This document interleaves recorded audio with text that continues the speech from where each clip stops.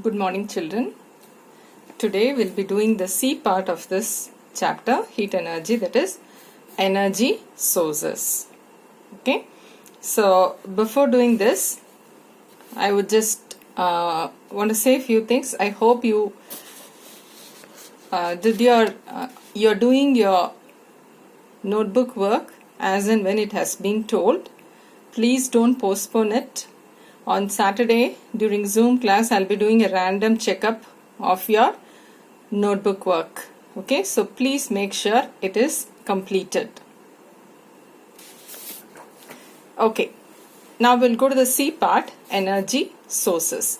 Now this C and D part of this chapter, they are quite general. C is about energy sources, D is about greenhouse effect and all that. Okay, so it will be comparatively easier. Okay, now so these topics you're familiar, you have studied quite a lot. So I'll be just quickly marking and giving what to study. Okay, the first heading is characteristics of source of energy. I know you're familiar with these things, that energy sources are basically of two types. What are they? Renewable and non-renewable. So renewable means the ones that can be regenerated again and again. Okay, example, solar energy, wind energy, and all are renewable sources. Non-renewable means the one which takes a long time, for millions of years, to be formed.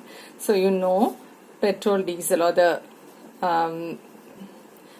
fuels that you get from fossil fuel, all that come under non-renewable sources, and it takes lots of years for the sources to be formed. Okay, and renewable are usually called non-conventional.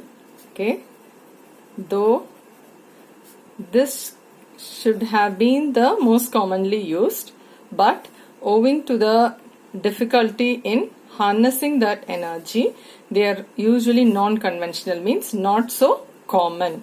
Whereas non-renewable sources, though it is hard to be formed, this is the conventional source, means mostly we use only this as the source of energy. Petrol, diesel, all the things we get from coal, petrol, diesel, everything we are getting from fossil fuel, and that's the most commonly used energy. That's why it's called conventional energy. Okay, now we go to the book. The first question you should know is characteristics of source of energy. When you think of something as a source of energy, it should have two characteristics. One is it should provide adequate amount of useful energy at a steady rate over a long period of time.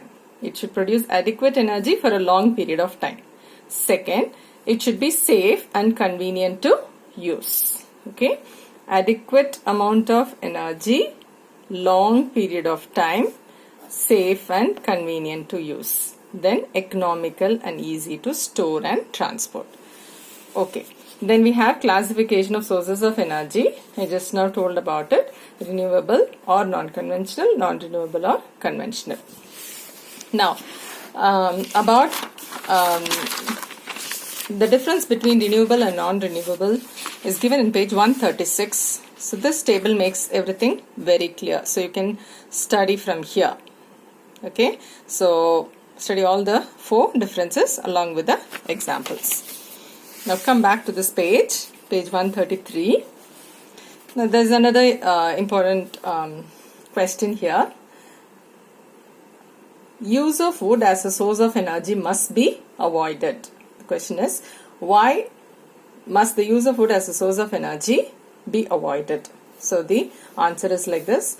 The trees usually take 15 years to grow fully. Therefore, renewal of wood as source of energy takes a long time. Second, cutting of trees on a large scale can lead to depletion of forests, which result in global warming and environmental imbalance. So this is the reason why we should not depend on wood so much. Okay, these are I marked this is answer 1, answer 2, answer 5. For the exercise questions I have marked for them. Okay, now so we'll start with the renewable sources. So sun is the main source of energy. So I'll be You can read through the entire thing, but the main point I will be underlining it, and I'll be stressing on them and going ahead. Okay, the energy obtained from the sun is called solar energy. Okay, then another term you have to be familiar with this is solar constant. Now what is solar constant? The average solar energy reaching the upper atmosphere of Earth per second on an area of 1 meter square is called solar constant. In an area of 1 meter square, how much solar energy falls? That is called solar constant. In 1 second, how much solar energy falls? That is called solar constant. Then, second one is wind as a source of energy. What is the main source of energy of wind? Kinetic energy of wind. You know, wind is moving, so it has kinetic energy, and that is called wind energy. Now, next is flowing water as a source of energy, that is tidal energy. So, in this case, kinetic energy possessed by the flowing water is called hydro energy. We will be studying in detail about them later. So, this is just like an introduction and just a summary of everything. Okay. Then the fourth one is biomass as a source of energy. So, you all know what is biomass, and that also can be used as a source of energy. Chemical energy stored in the biomass is called bioenergy. So, you know what is biomass? The waste and dead parts of living beings like plants, trees and animals is called biomass. And they mainly contain carbon compounds. The chemical energy that is stored in them is called bioenergy. It will be good for you to know this information. Biomass is also used to produce biogas by its decomposition in the absence of oxygen. The main constituent of biogas is methane, and rest is a mixture of carbon dioxide, hydrogen and hydrogen sulfide. Now this is basically done in a gobar gas plant. So you know that also. Now next one is tides as source of energy. So in seas, high tides and low tides are formed. Okay, rise of ocean water near the coast is called high tide. Fall of ocean water is called low tide. This rise and fall occurs twice a day in oceans.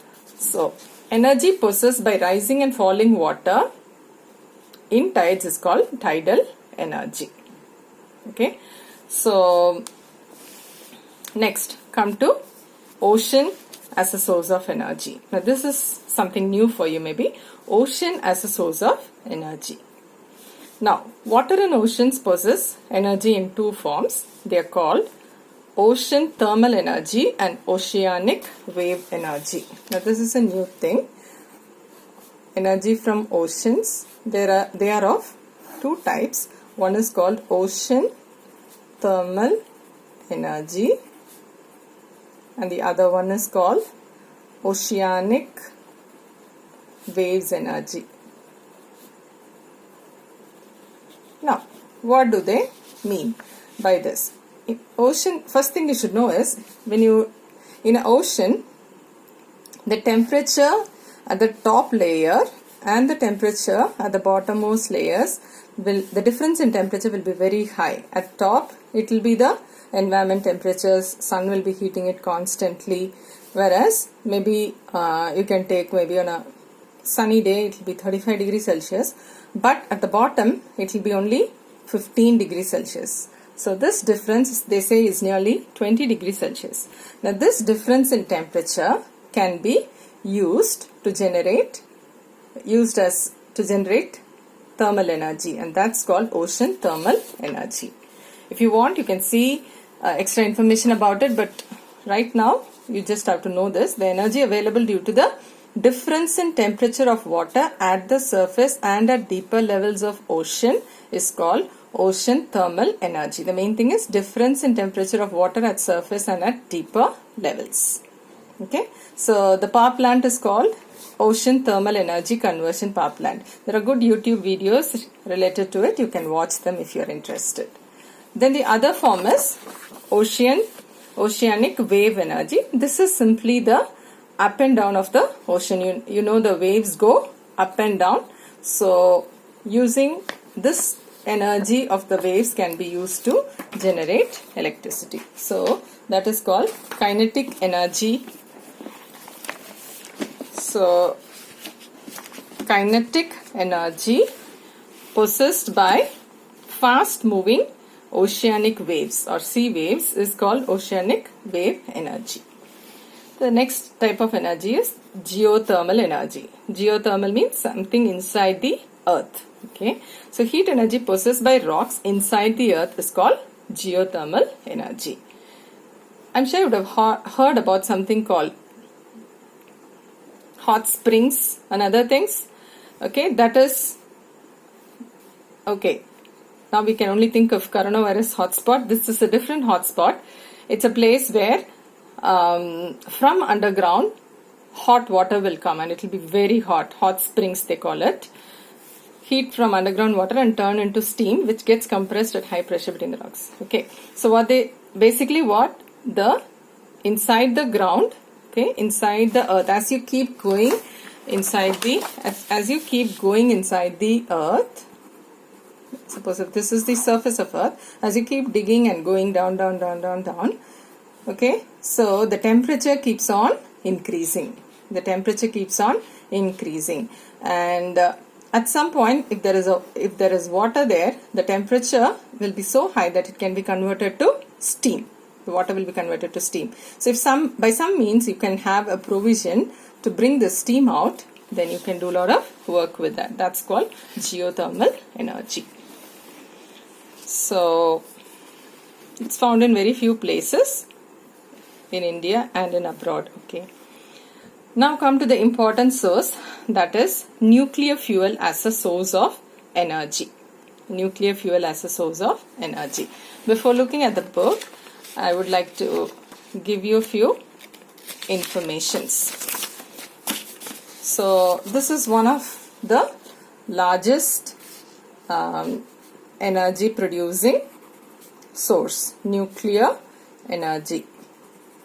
Now basically nuclear energy can come from two possible sources. One is called nuclear fission reaction. Another one is called nuclear fusion reaction. Okay, there are two possible processes related to nucleus, that is nuclear fission and nuclear fusion. Now the word fission says it is split. Fission means something is splitting. Fusion means something is combining. So basically you can remember these words. Fusion means combining, fission is splitting. So what happens in fission? A large nucleus is split. It is split into small nucleus, small nuclei. You can even so there will be more than one nucleus formed. So large nucleus is split into small nuclei. When you do this purposely, large amount of heat energy is generated. Large amount of heat energy is produced, which can be used for generating electricity. What happens in fusion? Two lighter nuclei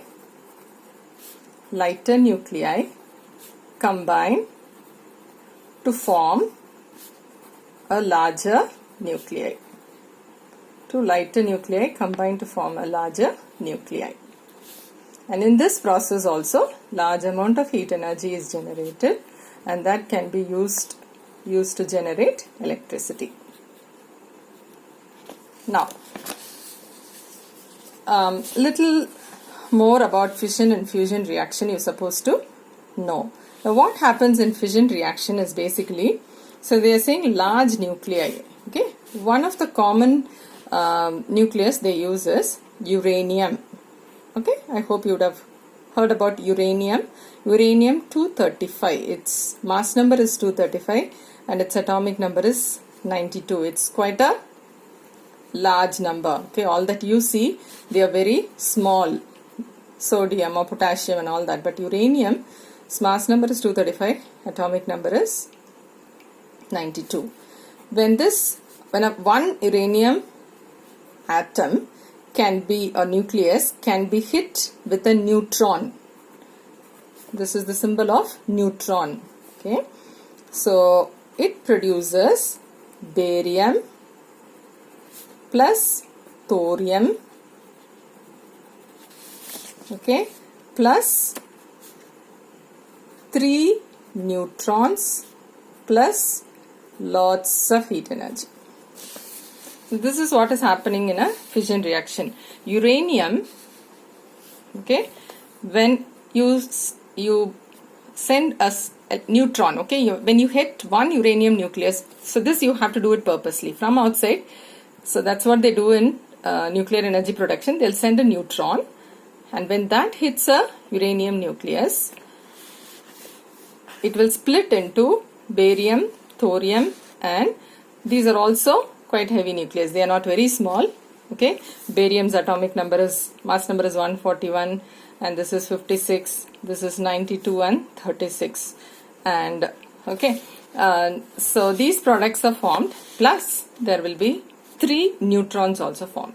Okay. So now what will happen is, one uranium 23592. Okay, you sent one neutron to hit it, and so it will produce 3 neutrons. Okay, it will produce 3 neutrons, 1, 2 and 3. Now what will happen? You just have to start this phenomena. You just send one neutron, start this process, that's enough. Now this reaction would have produced 3 neutrons. They will in turn go and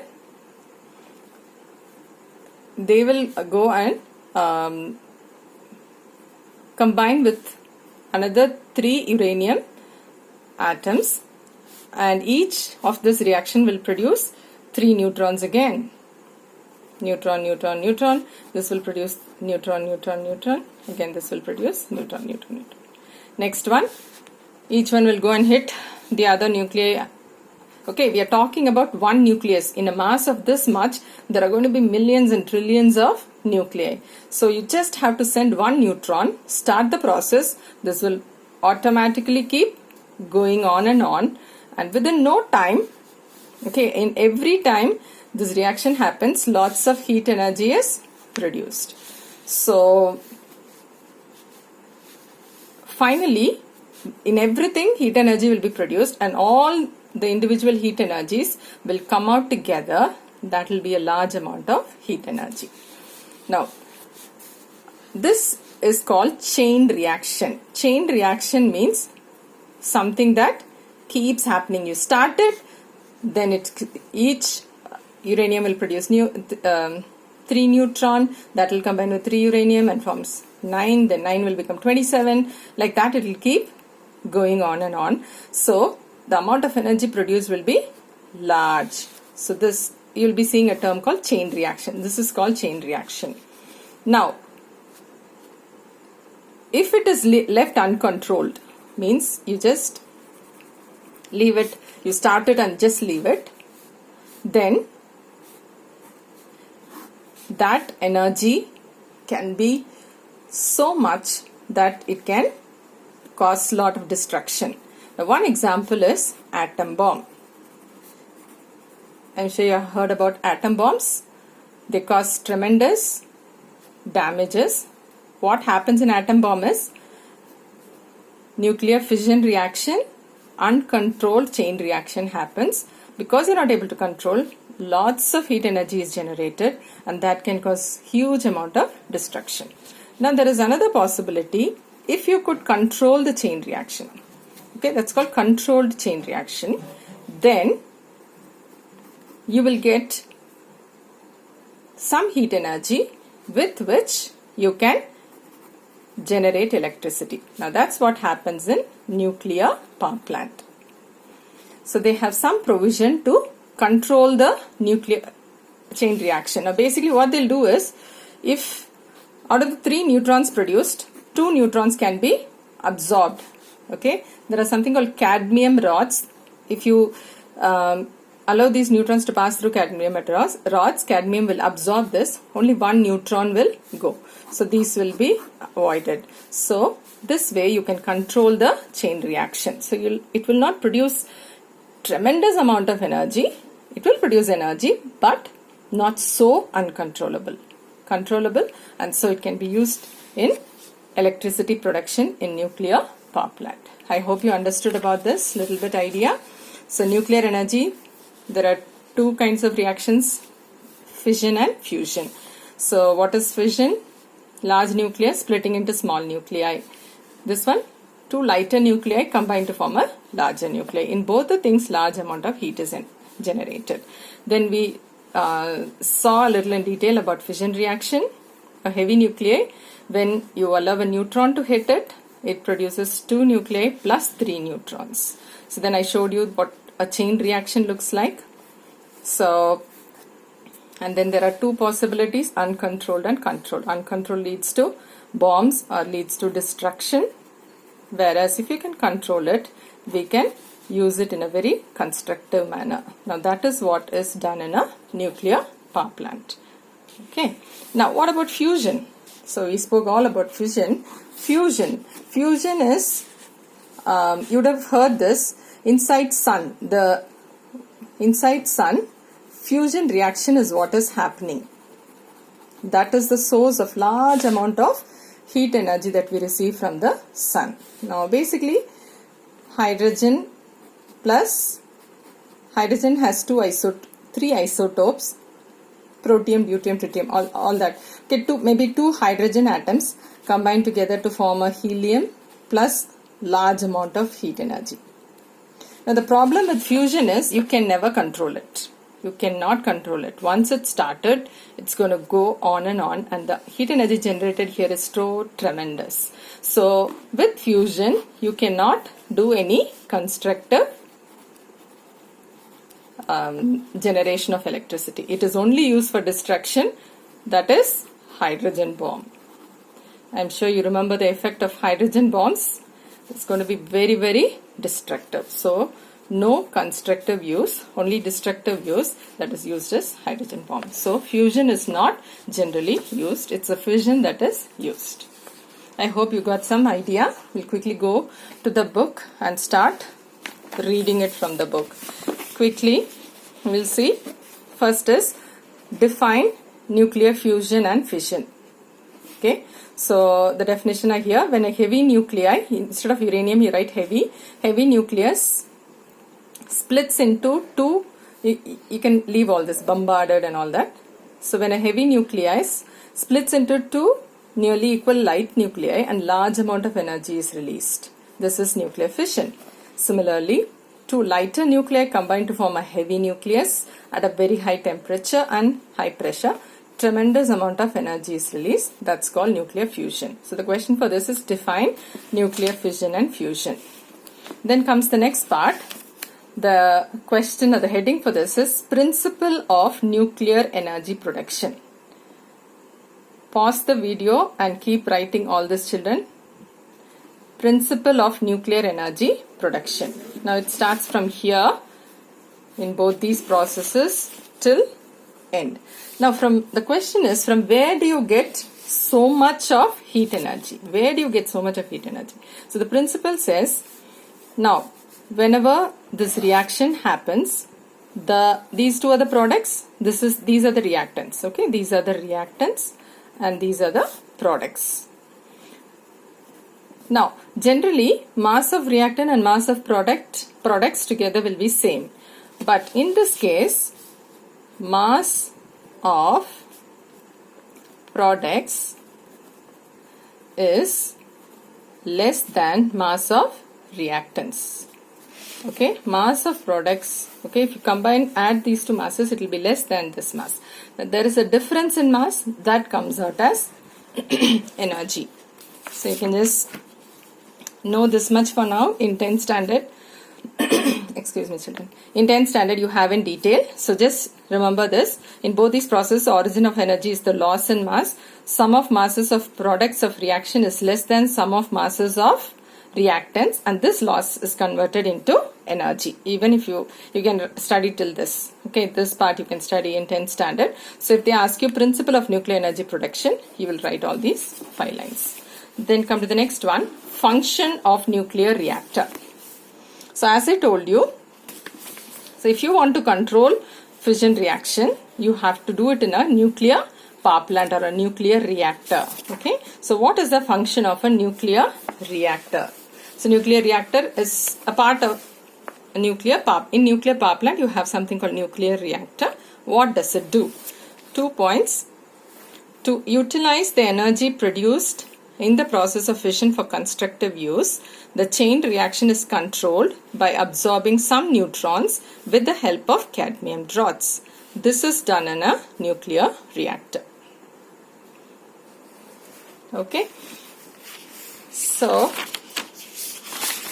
now the homework for today will be, with this we'll stop for today. The homework will be, you're going to write the answers for question number 1, 3, 5, 9. Okay, 1, 3 and 5 I've already marked. 5 is very simple, you can find the answer. Plus, so there are 4 questions, plus question number 5 will be, question number 5 you'll answer will be define nuclear fission and fusion. Question number 6 that you will write will be principle of nuclear energy production, and question number 7 that you will write will be function of nuclear reactor. Make sure you write the answers for all these 7 questions in your notebooks. Thank you, children.